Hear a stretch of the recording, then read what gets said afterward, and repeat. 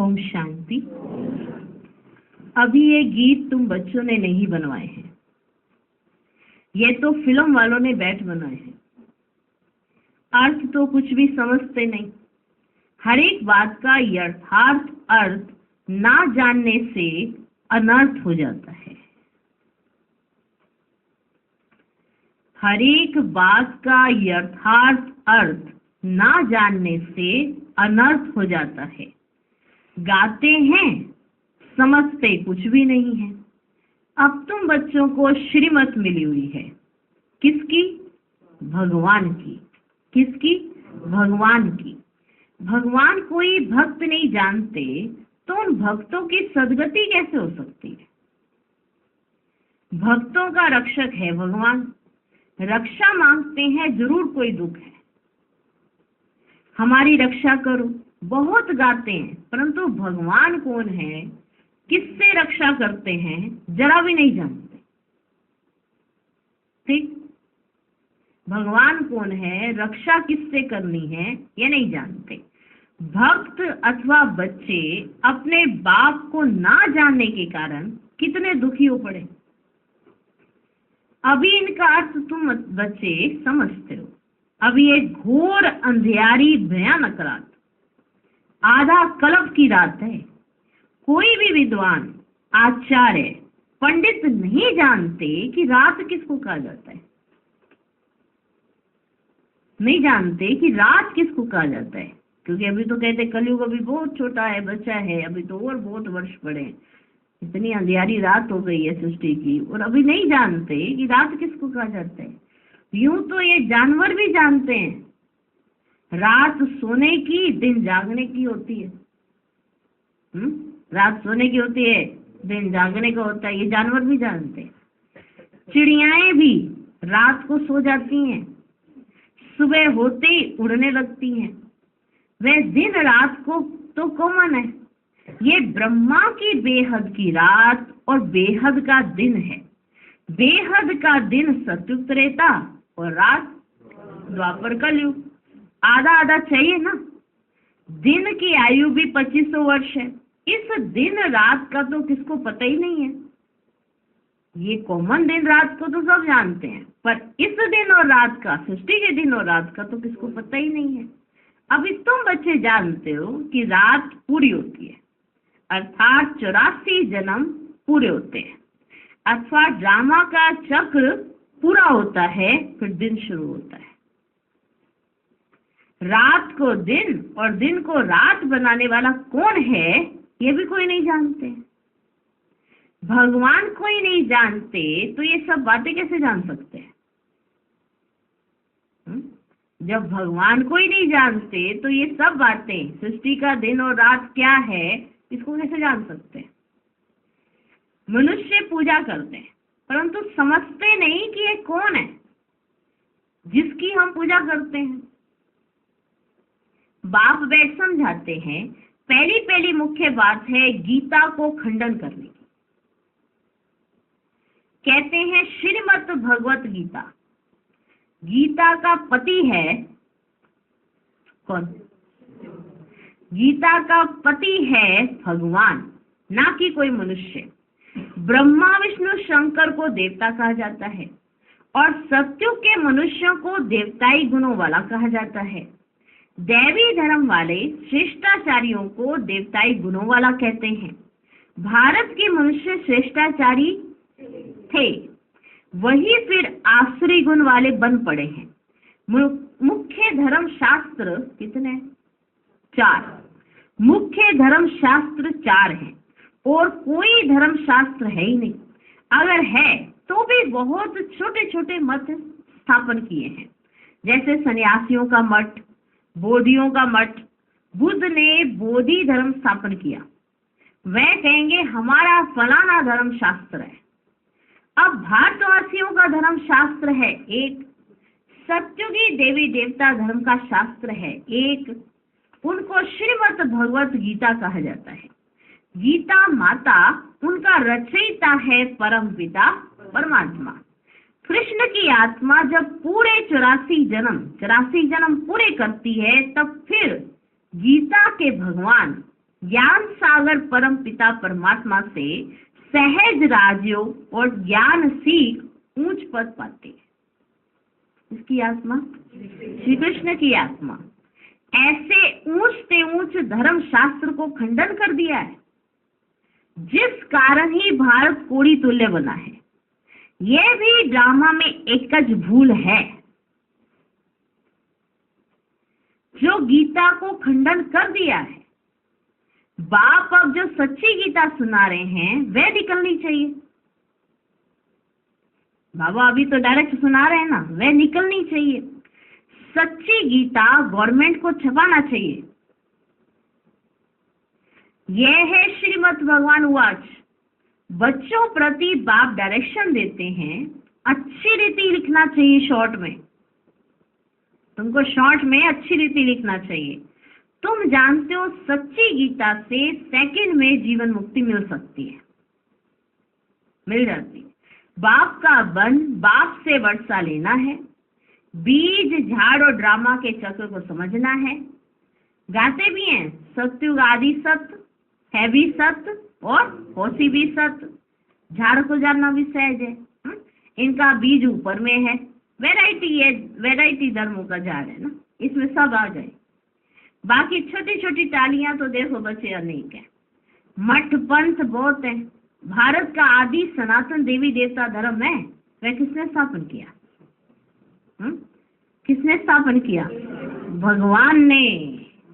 आज विशेष बाबा भगवान शब्द, भगवान ने, कोई मनुष्य ने नहीं किया। श्री कृष्ण तो दैवी गुणों वाला मनुष्य था। वे 84 जन्म पूरे कर अब अंतिम जन्म में है। सूर्यवंशी, चंद्रवंशी, वैश्यवंशी बनते बनते कलाएं कम होती जाती हैं। सूर्यवंशी राजधानी जो सतयुग में श्रेष्ठाचारी थे, श्रेष्ठाचारी थी ना, सो कलयुग में वही राजधानी अब भ्रष्टाचारी है। अब फिर श्रेष्ठाचारी बन रही है। क्या है? बन रही है। कौन? कौन? राजधानी। ऐसा नहीं, मैं राजधानी, सूर्यवंशी राजधानी जो सतयुग में श्रेष्ठाचारी थी, सो कलयुग में अब भ्रष्टाचारी है। अब फिर श्रेष्ठाचारी बन रही है। तुम्हारी बुद्धि में है कि ऊंच से ऊंच पाठ किसका होगा? किसका होगा? अभी तुम जान गए हो। मुख्य है ही शिवाय नमः। जो उसकी महिमा है वे ब्रह्मा विष्णु शंकर के लिए नहीं गा सकेंगे। प्रेसिडेंट की महिमा प्राइम मिनिस्टर को अथवा और कोई को देंगे क्या? देंगे? जो प्रेसिडेंट की महिमा प्राइम मिनिस्टर को देंगे क्या? महिमा माना जो उसके कर्तव्य होंगे वो प्राइम मिनिस्टर को दे देंगे क्या? देंगे? नहीं ना। अलग अलग टाइटल ही है ना। ऐसे प्रेसिडेंट भी प्राइम मिनिस्टर भी प्रेसिडेंट है, ऐसे लगाएंगे? लगाएंगे? लगा लो। भक्ति मार्ग में तो यही करते आए। शिव बाबा को भी यही कह देंगे, तुम माता पिता हम बालक तेरे। ब्रह्मा जी को भी यही कह देंगे, विष्णु जी को भी, शंकर जी को भी, हनुमान जी को भी, गणेश जी को भी, सब देवी को भी, कोई भी देवी हो भले। वैष्णो देवी के पास जाए उसको भी, सरस्वती माता के पास उसको भी, लक्ष्मी जी के पास जाए उसको भी, तुम माता पिता हम बालक तेरे। सब टाइटल लगा रहे हैं कि नहीं? वही हनुमान के, आज मंगलवार है, आज है नहीं वैसे माना, जैसे मंगलवार हो तो हनुमान जी के मंदिर में जाएंगे तो तुम अब एक ही तरह की भेंट गानी आती है माना, एक ही तरह का गीत गाना आता है तो उसमें वही गाना शुरू कर देंगे, तुम माता पिता हम बालक तेरे। राम जी के पास भी वही गाएंगे और हनुमान जी के पास भी वही गाएंगे। अब कंफ्यूजन, हनुमान जी माता पिता हैं या राम जी माता पिता हैं? यही हनुमान जी अगर आ जाए सामने से, वो कहेंगे क्या कर रहे हो ये? मेरे माता पिता जो हैं उनको तो याद करो, तुम मुझे पीछे पड़े हुए हो। तो प्राइम मिनिस्टर की महिमा प्रेसिडेंट को नहीं दे सकते, उसका टाइटल प्रेसिडेंट पे नहीं लगा सकते, ना ही प्रेसिडेंट का टाइटल प्राइम मिनिस्टर पे लगा सकते हैं। पर भक्ति में यही किया, सबको एक ही तरह की आरती गा दी, खुश कर दिया। अभी आप सारी आरतियां निकाल के बैठ जाओ तो सारी लाइनें एक दूसरे से मैच करती हुई, तो सोचो, है अलग अलग टाइटल लेकिन एक लगा दिया है। सब एक तो नहीं हो सकते ना। तुम बच्चों को अभी बुद्धि मिली है, अब तुमको बुद्धि आ गई है, तुम एक नहीं कर सकते। तुम ऐसे गीत भी नहीं गा सकते क्योंकि तुम्हें पता है शिवाय नमः है, बस शिव बाबा ही परम पिता परमात्मा है, शिव बाबा ही भगवान है। तुम जानते हो क्राइस्ट को भी अपना क्रिश्चियन धर्म स्थापन करने का पाठ मिला हुआ है। आत्मा है तो विंदी, उस आत्मा में पाठ भरा हुआ है। क्रिश्चियन धर्म की स्थापना कर फिर पुनर्जन्म लेते, पालना करते, सतो रजो तमो में आना है। किसको? किसको? क्राइस्ट को। क्रिश्चियन धर्म की स्थापना कर फिर पुनर्जन्म लेते, पालना करते, सतो रजो तमो में आना है। पिछाड़ी में सारा झाड़ जर्जरी भूत होना ही है। हरेक को कितना कितना समय पाठ मिला हुआ है, बुद्ध को कितना समय पालना करनी है यह तुम जानते हो। भिन्न भिन्न नाम रूप में जन्म लेते रहते हैं। अभी बाबा तुम्हारी कितनी विशाल बुद्धि बनाते हैं, परंतु कोई तो शिव बाबा को याद भी नहीं कर सकते। बेहद का बाप बेहद स्वर का वर्षा देते हैं, यह भी तुम समझा नहीं सकते। बाबा ने बहुत बार समझाया है, आत्मा में अविनाशी पाठ ढूंढा हुआ है, एक शरीर छोड़ फिर दूसरा लेना है। कितनी गुह्य बातें हैं समझने की। जो स्कूल में रोज पढ़ते होंगे वही समझेंगे, जो स्कूल में रोज पढ़ते होंगे वही समझेंगे। कोई तो चलते चलते थक जाते हैं, रोज नहीं, रोज छुट्टी भी नहीं होती है, रोज तो कहीं चलते चलते थक जाते हैं, और कहीं चलते चलते थक के क्लास में आके सो जाते हैं।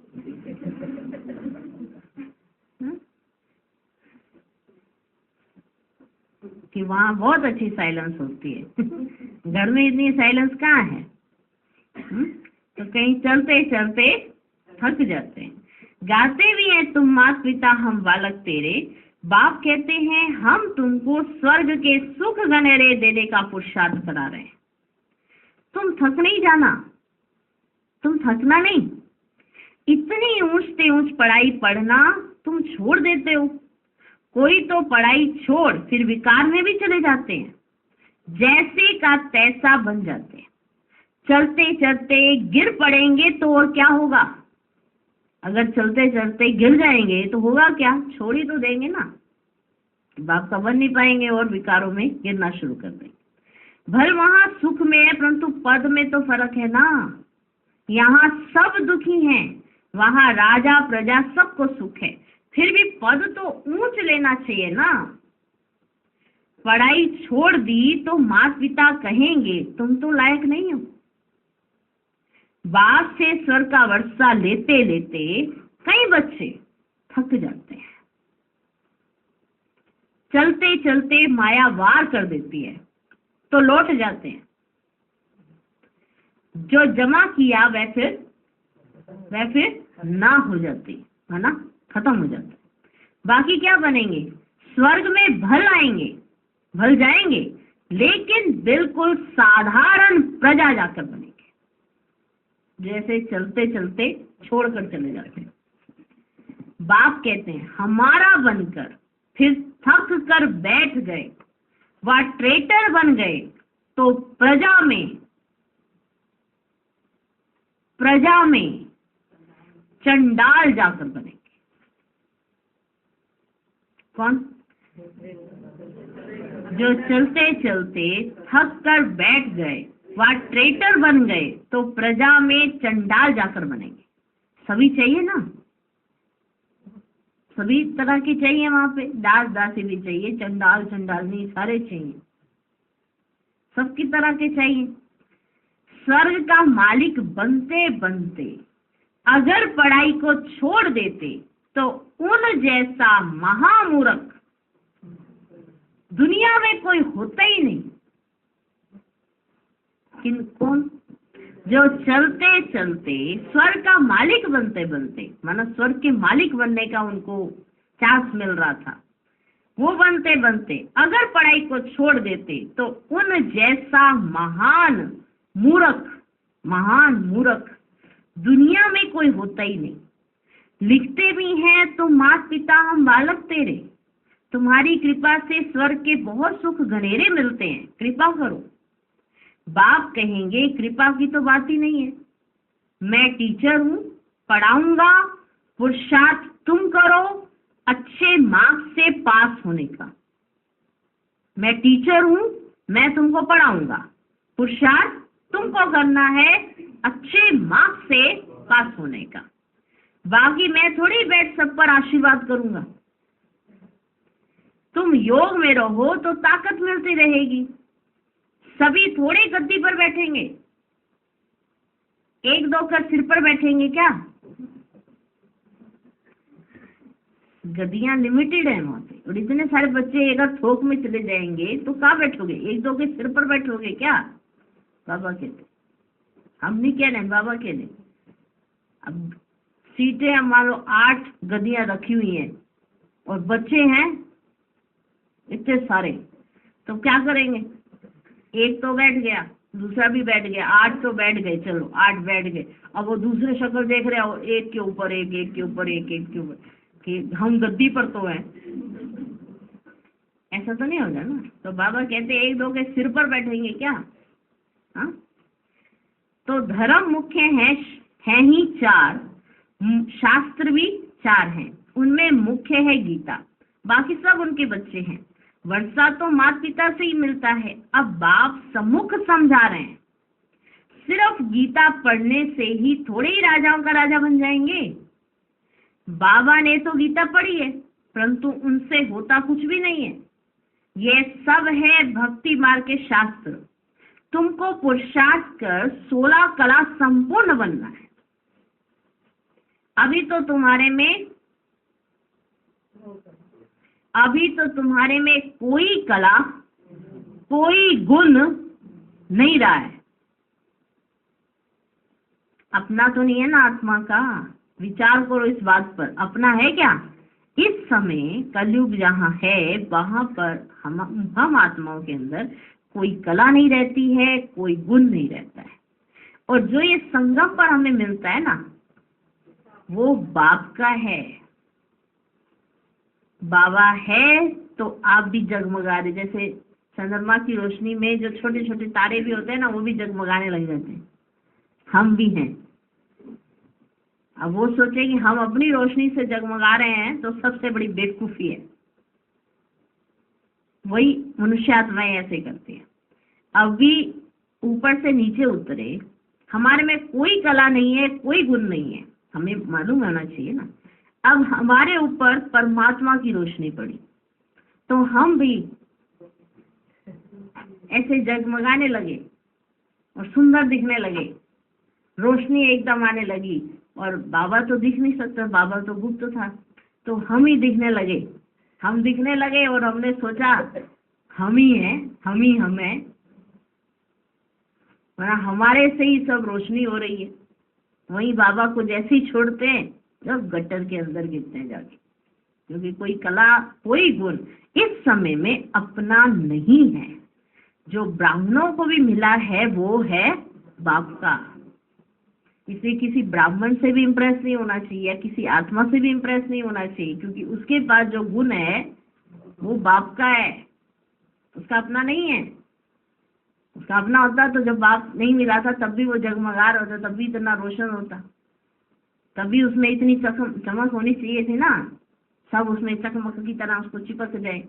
नहीं, जैसे ही बाबा के बनते हैं ना सब चिपक जाते हैं। हाँ हाँ, तुम्हारे में तो बड़ा गुण है, तुम्हारे में तो बड़ी विशेषता है। कहाँ से? बाप मिला तो आई, बाबा है तो जगमगा रहे हैं, नहीं तो क्या वैल्यू थी? खुद से पूछो क्या वैल्यू थी? कोई वैल्यू नहीं थी। आज जो वैल्यू है वो बाबा ने दी है। दुनिया वैल्यू नहीं दे रही है, बाबा ने दी तो दुनिया वाले भी पूछते हैं आपको। हाँ, दुनिया वाले भी आसानी से आपके साथ अच्छा उठना बैठना संबंध संपर्क अच्छा हो जाता है, पूछ रहे हैं क्यों? क्योंकि बाप ने वैल्यू दी, बाप की वैल्यू दी हुई है। तो अभी तो तुम्हारे में कोई कला कोई गुण नहीं रहा है।